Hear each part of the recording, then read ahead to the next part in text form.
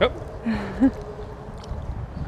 It's a sign of a happy duck. Wild animals in need on Cape Cod will continue to receive care now that the New England Wildlife Center is taking Cape Wildlife under its wing. So just a few weeks ago, New England Wildlife Center took ownership of 411 Barnstable.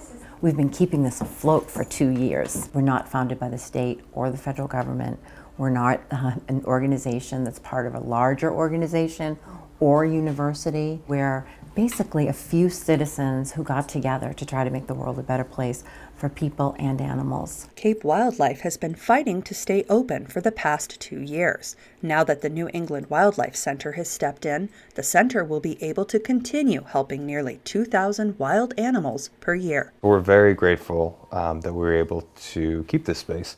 It's 4.6 acres in Barnstable, and the property is set up in such a way that it allows us to care for most of the species we'd see in Massachusetts. The Pegasus Foundation, volunteers, and the New England Wildlife Center have helped fund veterinary care for wild animals. The new partnership will expand the quality of care. So we can take everything from orphan baby mammals to orphan birds to adult carnivores that have suffered traumas to seabirds that have ingested fishing sinkers. The spacing of the property really allows us to activate the full care. And then with New England Wildlife Center, we also have access to their caging. So what we've been finding is where each facility has some specialized caging, we can lean on each other to provide the best potential habitat for that species.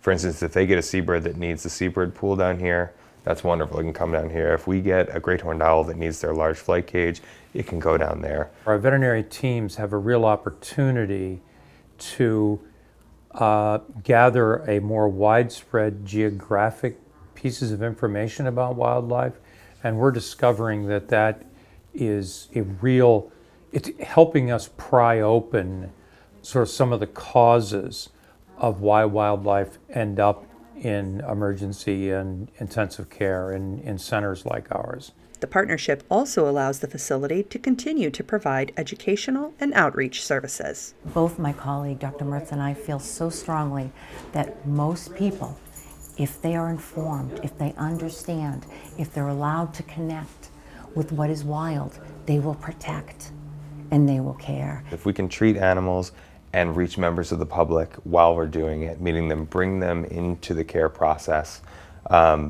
and bring students into the care process and amplify the work we're doing, amplify the message, that's a real win for us. Later this month, the centers will officially rebrand in honor of key contributors. So we are New England Wildlife Centers.